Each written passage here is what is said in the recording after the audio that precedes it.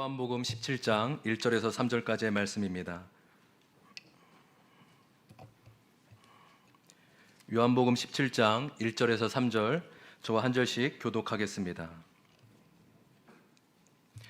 예수께서 이 말씀을 하시고 눈을 들어 하늘을 우러러 이르시되 아버지여 때가 이르러 싸우니 아들을 영화롭게 하사 아들로 아버지를 영화롭게 하게 하옵소서. 아버지께서 아들에게 주신 모든 사람에게 영생을 주게 하시려고 만민을 다스리는 권세를 아들에게 주셨음이로소이다. 함께 읽습니다. 영생은 곧 유일하신 참 하나님과 그가 보내신 자 예수 그리스도를 아는 것이니이다. 아멘. 하나님이 우리의 예배 가운데 함께하여 주시고 우리의 예배를 기쁘게 받아주실 줄 믿습니다. 코로나로 인하여서 어려운 때 나오셨는데 하나님의 보호하심과 은혜가 있기를 주님의 이름으로 소망합니다. 우리가 마음을 활짝 열고 이 시간 하나님 앞에 또 말씀 앞에 집중하는 시간이 되길 원합니다. 제가 좋아하는 한 예화가 있습니다. 김정민 목사님이 쓰신 준비된 선물 앞부분에 나오는 예화입니다. 숲속에 작은 집 하나가 있었습니다. 그 집 앞에는 아주 크고 아름다운 호수가 있었는데 마침 한 사람이 그 호수를 지나서 그 집에 가야만 했습니다. 때는 겨울이었고 물은 호수는 꽁꽁 얼어 있는 것처럼 보여졌습니다. 그러나 보기와는 다르게 살얼음 상태였습니다. 그 사람은 늘 자신감과 확신에 차 있는 사람이어서 이 정도면 내가 달려가도 되겠는데 그는 조금도 의심하지 않고 확신에 차서 호수를 건넜습니다. 그러나 얼마 가지 못해서 그는 호수에 빠지고 말았습니다. 시간이 조금 지나 동일한 호수에 또 다른 한 사람이 서 있었습니다. 그 점과 다른 점이 하나가 있다면 그 호수가 꽁꽁 얼어 있었다라는 것입니다. 그 사람은 의심도 많고 겁도 많은 사람이어서 속으로 호수가 잘 얼어 있지 않으면 어떡하지, 빠질지도 모르는데 불안해하며 천천히 걸었습니다. 10분이면 충분히 걸을 수 있는 거리를 1시간을 걸쳐서 조심조심해서 건넜습니다. 그리고 그는 의심을 했음에도 불구하고 빠지지 않았습니다. 여러분, 이 두 이야기는 매우 간단한 이야기지만 우리에게 중요한 사실을 하나 알려주고 있습니다. 그 호수를 건너는 사람이 빠지고 안 빠지고는 무엇에 달려 있을까요? 건너는 사람의 열심과 확신에 달려 있을까요? 그렇지 않습니다. 한 사람은 스스로 확신하였지만 빠졌고 한 사람은 큰 의심을 하였지만 호수를 건널 수 있었습니다. 결국 중요한 것은 호수의 상태였습니다.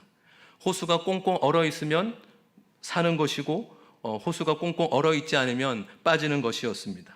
여러분, 이 이야기는 신앙생활이 무엇인지를 너무나 잘 설명해 주고 있습니다. 신앙생활에 있어서 우리의 열심과 확신도 너무나 중요하죠. 그러나 더 중요한 것이 있다면 내가 믿는 대상이 누구인가 하는 것입니다. 내가 믿는 대상이 정말로 존재하고 나를 도와줄 수 있는 마음과 힘이 있느냐, 이것이 중요한 것이죠. 자연을 바라보며 또 불상이나 나무를 바라보며 소원을 비는 사람을 보신 적이 있을 겁니다. 얼마나 정성을 다하는지 마치 거룩한 느낌마저 들기도 합니다. 지성이면 감천이다 라는 말처럼 정성을 다하면, 마음에 그 정성을 다하면 누군가가 들어줄 것이라고 믿기 때문입니다. 그러나 그들이 믿는 막연한 신은 존재하지도 않을 뿐만 아니라 도와줄 마음과 힘도 없습니다. 때로는 우리의 믿음이 흔들리고 의심이 될 때도 있습니다. 내가 어떻게 이렇게 의심이 있는데 믿는다고 할 수 있을까라고 생각이 들기도 합니다. 그러나 우리가 믿는 하나님은 분명히 살아계시며 우리를 도와주시고 구원하실 수 있는 능력이 있음을 믿습니다. 그래서 기독교의 신앙은 나의 열심도 중요하지만 더 중요한 것은 내가 믿는 하나님이 어떠한 분인지 알아가는 것입니다. 하나님이 누구신지를 알아가는 것은 우리 신앙의 중심이요 목적인 것입니다. 여러분, 이것의 중요성은 아무리 강조해도 지나치지 않을 것입니다. 우리가 보통 집안에 있을 때 밖에 누군가 문을 두드리면 어떻게 반응합니까? 사람이 왔으니까 무작정 문을 열어주는 경우는 없을 것입니다. 항상 먼저 물어보는 게 있죠. 돈 갖고 왔습니까? 비밀번호를 아십니까? 그것이 아니죠. 딱 한마디만 합니다. 누구십니까? 누구인지 알면은 문을 열어줄지 말아야 될지 쉽게 결정할 수 있습니다. 누구인지 알면은 그 다음 문제는 쉽게 풀어나갈 수 있는 것입니다. 우리가 하나님의 어떠한 분이신지 알게 된다면 우리의 삶을 하나님께 의지하고 맡기게 될 줄 있음을 믿습니다. 아브라함은 믿음의 조상으로 잘 알려져 있죠. 지금도 믿음을 얘기할 때 가장 먼저 나오는 인물이 아브라함입니다. 그러나 아브라함이 처음부터 믿음이 있었던 것은 아닙니다. 그는 원래 하나님을 몰랐고 갈대아 우르에서 우상을 섬겼던 자입니다. 우상을 섬겼던 그를 하나님께서 불러내셔서 하나님의 백성으로 삼아 주셨습니다. 이것은 전적인 하나님의 주권이요 은혜임을 믿습니다. 이것이 동일하게 지금 저와 여러분 가운데도 하나님이 우리를 먼저 찾아오셨기 때문에 우리가 하나님을 믿을 수 있게 된 것이고 이 자리에 앉고 있음을 믿습니다. 이렇게 하나님의 부름을 받아 믿음의 사람이 되었지만 아브라함에게 신실한 믿음을 찾아보기는 힘들었습니다. 그는 자신의 생명의 위협을 느끼자 자신의 아내인 사라를 누이로 속이며 살아남으려 하였습니다. 우리 창세기 12장 11절에서 13절 말씀을 같이 한번 읽어보겠습니다. 시작. 그가 애굽에 가까이 이르렀을 때에 그의 아내 사레에게 말하되 내가 알기에 그대는 아리따운 여인이라 애굽 사람이 그대를 볼 때에 이르기를 이는 그의 아내라 하여 나는 죽이고 그대는 살리리니 원하건대 그대는 나의 누이라 하라. 그러면 내가 그대로 말미암아 안전하고 내 목숨이 그대로 말미암아 보존되리라 하니라. 물론 사례가 사촌 누나였긴 하였습니다. 그러나 하나님이 만나게 하시고 짝지어 주셔서 결혼하여 진정한 아내가 된 것이죠. 그래서 아브라함은 자신이 죽게 되자 아내를 누이라 속이며 한 번이 아니라 두 번씩이나 반복되어 그러한 일이 일어납니다. 믿음의 조상의 모습과는 전혀 어울리지 않는 비겁하고 이기적인 모습입니다. 믿음의 모습이란 찾아볼 수 없습니다. 그러나 여러분, 결국 아브라함은 어떠한 믿음의 사람이 되었을까요? 하나님이 백세에 낳은 하나밖에 없는 이삭을 바치려고 하자 아무 말도 없이 그 이삭을 번제로 하나님 앞에 드리려 합니다. 창세기 22장 9절 10절입니다. 창세기 22장 9절 10절 제가 한번 읽겠습니다. 하나님이 그에게 일러주신 곳에 이른지라 이에 아브라함이 그곳에 제단을 쌓고 나무를 버려놓고 그의 아들 이삭을 결박하여 제단 나무 위에 놓고 손을 내밀어 칼을 잡고 그 아들을 잡으려 하니. 우리로서는 절대로 상상할 수 없는 그런 믿음의 순종을 아브라함은 어떻게 가질 수 있었을까요? 아브라함은 하나님이 누구신지 알고 있었기 때문입니다. 자신의 삶 속에서 수많은 고난과 사건을 통하여서 조금씩 하나님의 어떠한 분이신지 알게 되었고 그에 따라 믿음도 생기게 된 것입니다. 아브라함은 결국 하나님은 약속하셨으면 반드시 지키시는 신실한 하나님이심을 알았습니다.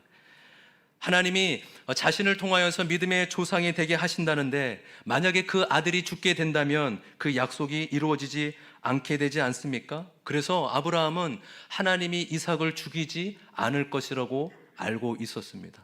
그리고 만약 혹시 하나님이 이삭을 죽이더라도 반드시 그를 다시 살려낼 줄을 그는 분명히 믿고 알았던 것입니다. 그 이유가 창세기 22장 7, 8절에 나와 있습니다. 한번 같이 한번 읽어볼까요? 시작. 이삭이 그 아버지 아브라함에게 말하여 이르되 내 아버지여 하니 그가 이르되 내 아들아 내가 여기 있노라. 이삭이 이르되 불과 나무는 있거니와 번제할 어린 양은 어디 있나이까. 아브라함이 이르되 내 아들아 번제할 어린 양은 하나님이 자기를 위하여 친히 준비하시리라 하고 두 사람이 함께 나아가서. 아멘. 이 8절에 이삭아 하나님이 너를 위해 우리를 위해 번제할 양을 준비해 놓으셨을 거야. 그는 하나님을 약속을 지키시는 신실한 하나님이심을 믿고 알았습니다. 하나님을 진정으로 알게 되니 믿음의 순종으로 반응하였던 것입니다. 하나님은 아브라함에게 너 왜 믿음이 이것밖에 안 되니 더 강한 믿음을 가져야 돼 라고 하지 아니하시고 오히려 자신이 누구인지를 끊임없이 아브라함에게 알려주기를 원하셨습니다. 아브라함으로 하여금 모든 상황과 사건을 통하여서 내가 누구인지 아니? 내가 너에게 누구인지 내가 누구인지 알려주길 원한다.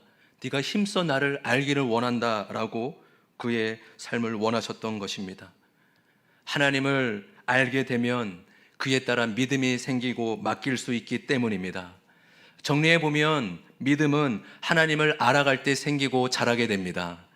하나님이 어떠한 분이신지 알아갈 때 우리의 믿음도 자라게 될 줄 믿습니다. 여러분, 그래서 여기서 특별히 이 안다라는 단어에 주목해야 합니다. 여기서 안다라는 단어는 어떤 단지 지식적이고 정보적인 알미 아닙니다. 듣고 배워서 아는 지식을 말하는 것이 아니라 언제나 안다, 성경에서의 안다는 의미는 경험적으로 아는 것, 관계를 맺음으로 아는 것을 의미합니다. 우리도 보통 사람 사이의 관계에서 누군가를 안다라고 할 때는 관계 맺음을 통하여서 아는 것을 말하고 있죠. 저는 연예인을 별로 좋아해 본 적은 없습니다. 그런데 유일하게 김태희 씨가 그렇게 예쁘더라고요. 우리 가끔 남자분들이 나는 세상에서 아내가 제일 예쁘다, 김태희보다 아내가 더 예쁘다, 그런 말을 듣는데 저는 그 말이 전혀 와닿지 않습니다. 아니, 어떻게 저런 거짓말을 할까? 그 말을 하면 아내한테 혼나서 그럴까? 이런 생각이 듭니다. 저는 김태희 씨를 좀 알아요. 서울대를 나왔고 나이가 42이고 키가 160cm이고 안타까운 건 비와 결혼했다라는 것입니다. 근데 더 안타까운 거는 김태희 씨는 저에 대해서 전혀 모른다는 사실입니다. 자존심이 상해도 어쩔 수 없죠. 김태희 씨는 저를 전혀 모릅니다. 그렇다면 여러분, 제가 김태희 씨를 안다라고 말할 수 있을까요? 물론 TV에서 보고 들어서는 알지는 모르겠지만 한 번도 만나서 얘기해 본 적도 없고 만나 본 적도 없기에 아는 것이라 말할 수 없습니다. 누군가를 안다라고 말할 때는 언제나 관계적인 경험, 관계 맺음을 의미하기 때문입니다. 그렇다면 여러분, 믿음이란 무엇일까요? 믿음이란 하나님과의 관계 맺음입니다. 믿음의 DNA는 언제나 하나님과의 관계를 전제로 합니다. 우리 한번 따라해 볼까요? 믿음이란 하나님과의 관계 맺음이다. 아멘. 그래서 기독교의 믿음은 종교 생활이 아니에요. 하나님을 제외해 놓고 나 혼자 갖는 열심, 정성, 그런 소원이 아닙니다. 믿음은 언제나 하나님과의 관계 안에서만 성립될 수 있는 것입니다. 오늘 말씀에는 예수님께서 영생이 무엇인지 우리에게 알려주고 계십니다. 다시 한번 우리 본문 말씀을 읽어보겠습니다. 요한복음 17장 3절입니다. 시작. 영생은 곧 유일하신 참 하나님과 그가 보내신 자 예수 그리스도를 아는 것이니이다. 예수님께서 영생이 무엇인지 우리에게 말씀해 주시는데 하나님을 아는 것, 그리고 그분의 아들 예수님을 아는 것이다 라고 말씀하십니다. 저는 이 말씀을 볼 때마다 늘 의아해했습니다.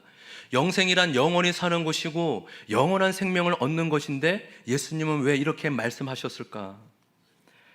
가만히 생각해 보니 죄는 하나님과의 단절을 가져오더라고요. 성경에 보면 하나님과의 단절, 하나님과 끊어짐을 죽음이라고 정의하고 있습니다. 그렇다면 반대로 하나님과 연결되는 것, 하나님과 관계 맺는 것은 생명을 얻는 것입니다. 할렐루야. 이렇게 생각해 보면 성경에서 말하는 영생이 이해가 되었습니다. 영생은 예수님을 통해서 하나님과 새로운 관계를 맺어가는 것입니다.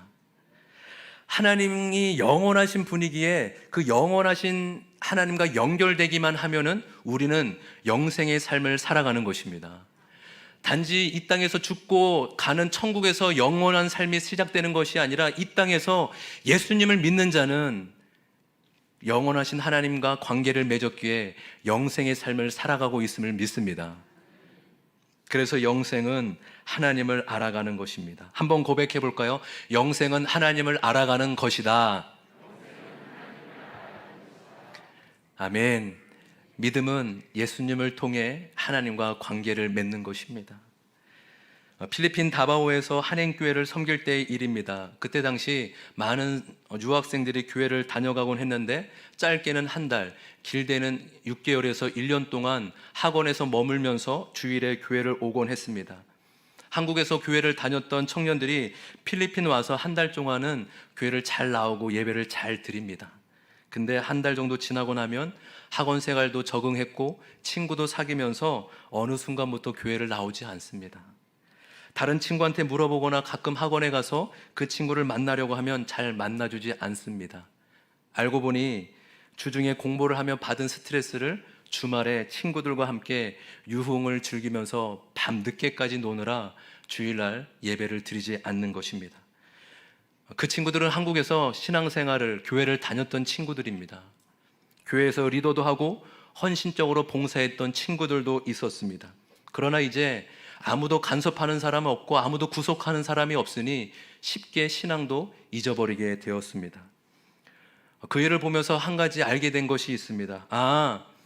이 친구들은 교회 생활에 익숙하였지만 하나님과의 관계는 맺을 줄 몰랐구나. 맡겨진 것이 있고 다른 사람들의 눈에 있어서 교회는 다녔지만 하나님을 진정으로 알아가지는 못했구나, 이것을 알게 되었습니다. 그러면서 저 또한 그들을 보면서 저 스스로를 반문하는 계기가 되었습니다. 나는 아무도 나를 모르는 곳에 갔을 때 정말로 하나님 말을 섬길 수 있을까?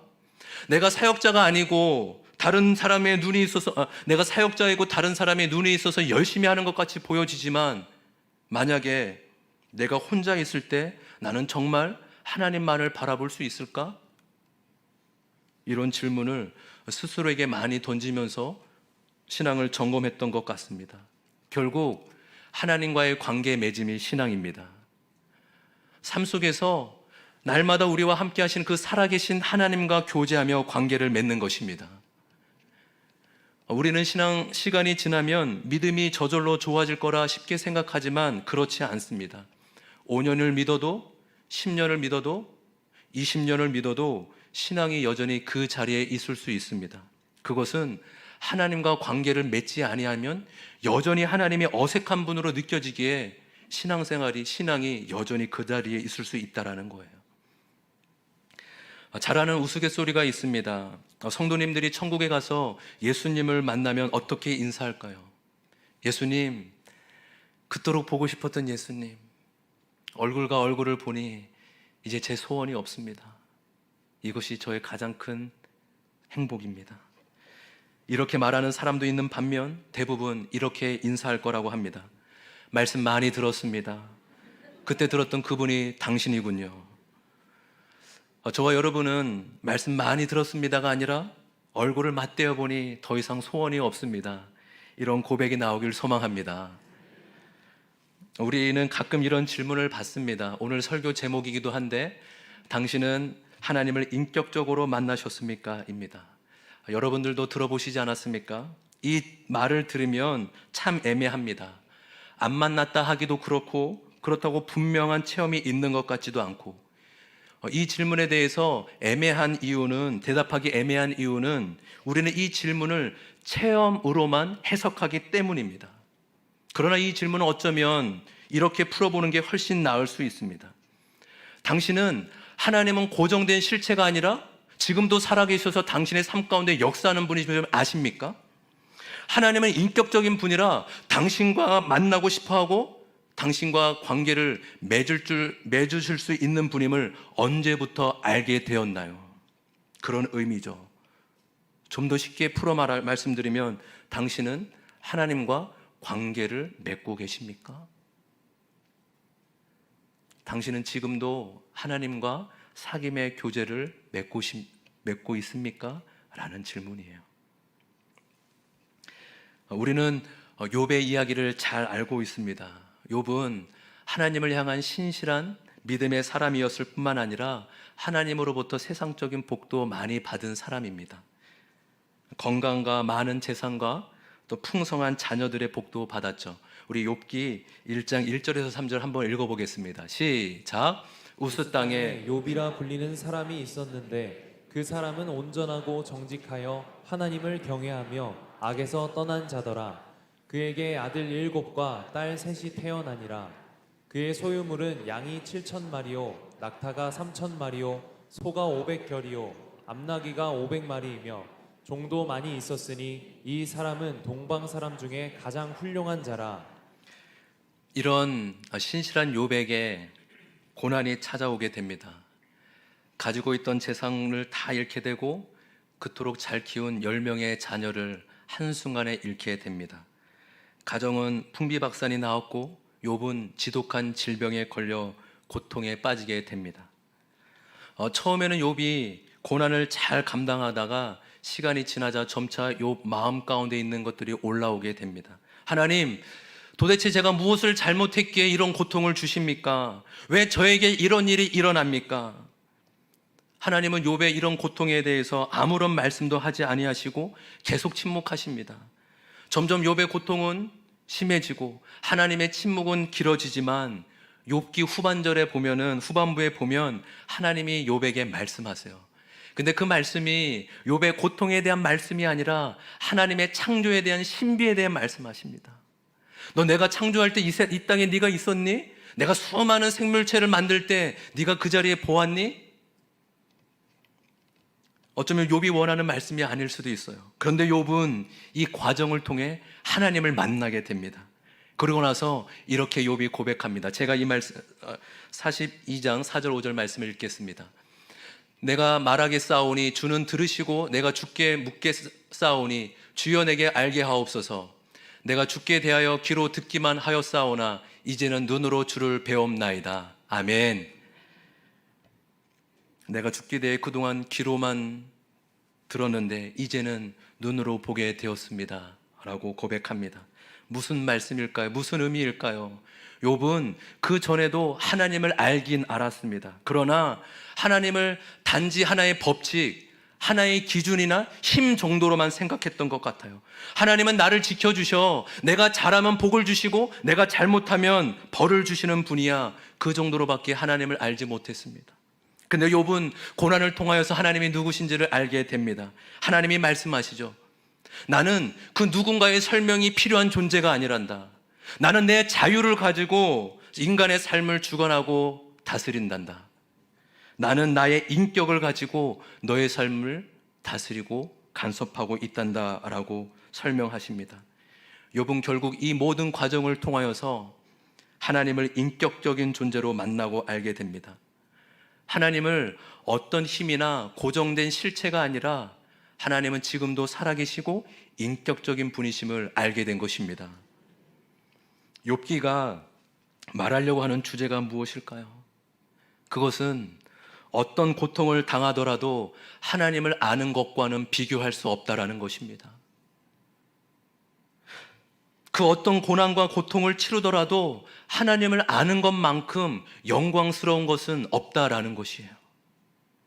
어쩌면 이 말이 지금 고통을 겪고 계신 성도님에게 전혀 위로나 격려로 느껴지지 않을 수 있습니다. 삶에 주어진 고통이 너무나 크기 때문에 하나님이 누구신지 간신밖에 이를 수도 있습니다. 충분히 그러실 수 있습니다. 그러나 여러분, 신비롭게도 하나님은 우리의 고난의 시간을 통하여 우리에게 깊이 다가오시는 분이십니다. 고통의 시간을 통해 하나님은 우리를 깊이 만나주시고 우리에게 주신 은혜가 무엇인지를 깨닫게 하십니다. 사랑하는 자녀에게 고난을 허락하시는 하나님 아버지의 마음은 어떠할까요? 고통하는 자녀를 보며 하나님은 눈물 지으며 함께 울고 계실 겁니다. 그냥 저 멀리서 모른 척하고 방관하는 분이 아니라 함께 눈물 흘리며 우리를 사랑의 눈빛으로 보고 계신 것이죠. 그럼에도 고난을 허락하시는 이유가 있다면 인간은 고난이 아니고서는 깊이 하나님을 알아갈 수 없기 때문입니다. 이것은 신앙의 영원한 신비로 남겨져 있습니다. 그 어떤 말로도 설명할 수 없는 영역이죠. 하나님은 우리에게 깊이 다가오시기 위해 고난을 허락하실 수밖에 없다라는 것입니다. 저와 여러분은 하나님을 믿는 자로서 소원이 있으실 겁니다. 저의 소원은 세 분의 눈을 뜨게 해주십시오입니다. 우리 여기 한 분 이렇게 눈을 뜨세요. 예, 눈을 뜨시고 우리 담임 목사님 늘 말씀하시는 것처럼 말씀은 눈으로 들어가기에 저를 잘 봐주시면 감사하겠습니다. 예. 우리는 하나님을 믿는 자로서 각자의 소원이 있을 거죠. 하나님, 우리 자녀가 좀 잘 되게 해주세요. 사업이 좀 번창하게 해주세요. 병이 좀 낫게 해주세요. 다 귀한 것입니다. 그러나 가장 귀한 소원이 있다면 하나님, 제가 하나님을 더욱 알게 하여 주옵소서라는 고백일 것입니다. 하나님, 제 삶에 소원이 있다면 하나님이 누구신지 더 많이 알게 하여 주옵소서. 날마다 하나님과 관계를 맺음으로 하나님과 더 가까이 나가게 하여 주옵소서. 이런 고백이 넘치길 소망합니다. 그래서 저와 여러분의 목적이, 인생의 목적이 하나님을 알아가는 것, 하나님 앞에 더 가까이 나아가는 것이 되기를 주님 이름으로 축복합니다. 저 개인에게도 하나님을 새롭게 알게 된 경험을 한 적이 있습니다. 먼저 우리 창세기 28장 10절에서 13절 말씀 한번 읽어보도록 하겠습니다. 창세기 28장 10절에서 13절입니다. 시작. 야곱이 브엘세바에서 떠나 하란으로 향하여 가더니 한 곳에 이르러는 해가 진지라 거기서 유숙하려고 그곳에 한 돌을 가져다가 베개로 삼고 거기 누워 자더니 꿈에 본즉 사닥다리가 땅 위에 서 있는데 그 꼭대기가 하늘에 닿았고 또 본즉 하나님의 사자들이 그 위에서 오르락 내리락 하고 또 본즉 여호와께서 그 위에 서서 이르시되 나는 여호와니 너의 조부 아브라함의 하나님이요 이삭의 하나님이라. 내가 누워있는 땅을 내가 너와 내 자손에게 주리니. 창세기 28장에는 야곱이 하나님을 만나는 장면이 나옵니다. 야곱은 형 에서에게 장자권을 속이고 나서 쫓기듯이 브엘사바를 떠났습니다. 며칠을 잠자지 않고 도망 나와 몹시 고난한 그는 지쳐서 깊은 잠에 취합니다. 야곱은 꿈속에서 밤낮 없이 활동하시는 하나님의 사자를 보게 됩니다. 그리고 조상에게 약속하신 것을 잊지 않고 계시는 하나님의 음성을 듣습니다. 더 나아가서 야곱아, 나는 네가 어디를 가나 너를 떠나지 아니할 것이다. 내가 너와 항상 함께 할 것이다 라고 약속의 말씀을 듣습니다. 잠에서 깬 야곱은 이 기쁨과 두려움이 공존하면서 이렇게 하나님 앞에 고백합니다. 16절의 말씀을 제가 읽겠습니다. 야곱이 잠에 깨어 이르되 여호와께서 과연 여기 계시거늘 내가 알지 못하였도다. 아멘. 야곱은 뒤에 두고 온 고향 브엘세바, 즉 할아버지께서 하나님께 예배 드렸던 그곳에만 하나님이 계신 줄 알았던 것 같습니다. 자신이 예배한 그곳, 거룩하다고만 생각하는 그곳에만 하나님이 계신 줄 알았습니다. 그런데 잠에서 깬 야곱은 가장 먼저 하나님 앞에 하나님, 과연 여기 계시거늘 제가 알지 못했습니다. 여기서 여기라는 말은 그곳만을 의미하는 것이 아니라 내가 어디를 가든 하나님이 그곳에 나와 함께 하신다는 의미인 것입니다. 야곱이 이 누더기 옷을 입고 한 번도 씻지 못하는 가장 피곤하고 가장 실패한 그때 하나님 여전히 나와 함께하고 계셨군요. 돌베개한 그 자리에서 나와 함께하고 계시군요 라고 고백한 것입니다. 논산훈련소에서 훈련을 마치고 광원도 하천에 자대 배치를 받았습니다. 위로 고참이 체육학과 출신, 자동차 정비사, 유도가 취미인 고참 등 조금은 험악한 분위기로 군기가 바짝 들 수밖에 없었습니다. 그렇게 몇 주 동안 힘들게 보내고 있었는데 한 통의 엽서가 제 앞에 도착했습니다. 글씨가 너무 예뻐서 자매인 줄 알았는데 알고 보니 담임 목사님이셨습니다. 좋았겠죠? 좋았습니다. 글이 길지 않는 내용이었는데 그 문구들이 기억이 납니다. 자연아, 사명감을 가지고 너를 괴롭히는 고참이 있니? 그렇다면 하나님께서 너를 다듬어 가시려는 훈련시키려고 보낸 천사로 여기렴.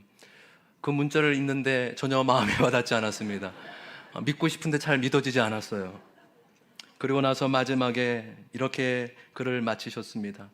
자연아, 그곳에 하나님이 그곳에도 함께 계시니 늘 기쁘고 감사하게 지내렴. 그 길길을 있는데 얼마나 가슴이 찡하고 뭉클했는지 모릅니다. 하나님이 그곳에도 계시니. 아, 맞다.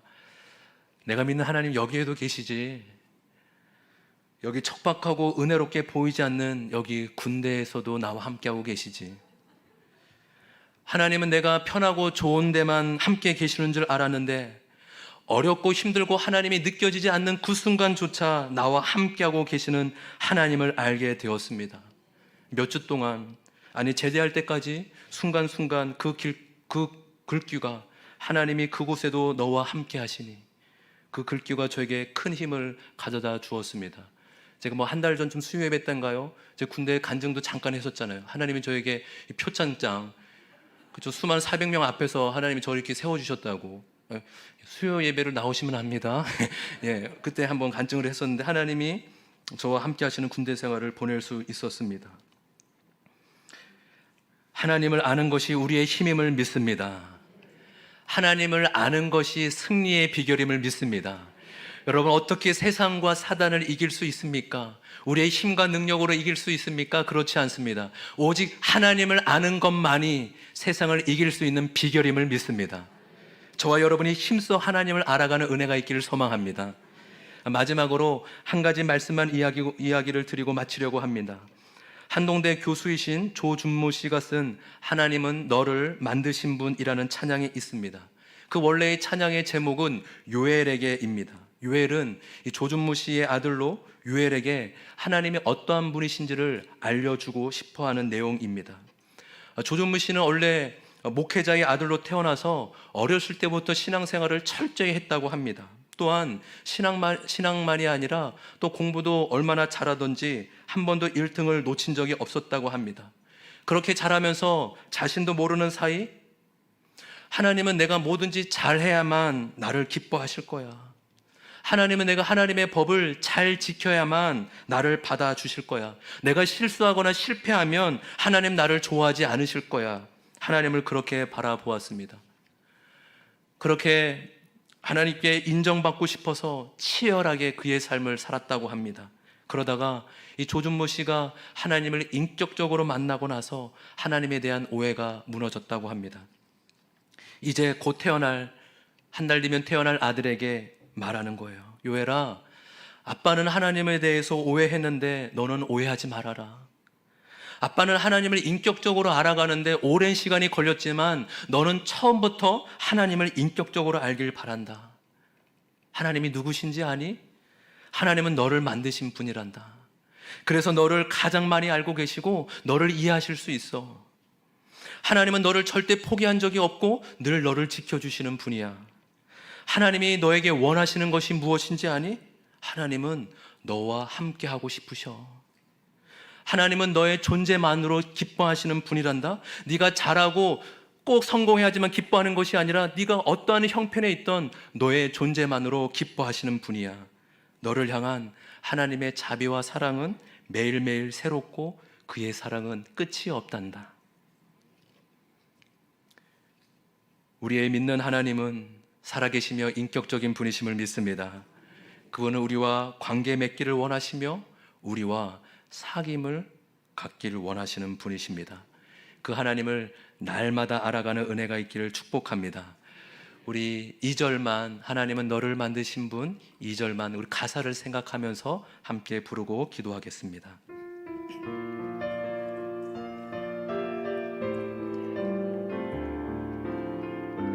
하나님은 너를 원하시는 분, 하나님은 너를 원하시는 분, 이 세상 그 무엇 그 누구보다 하나님은 너를 원하시는 분, 너와 같이 있고 싶어 하신단다.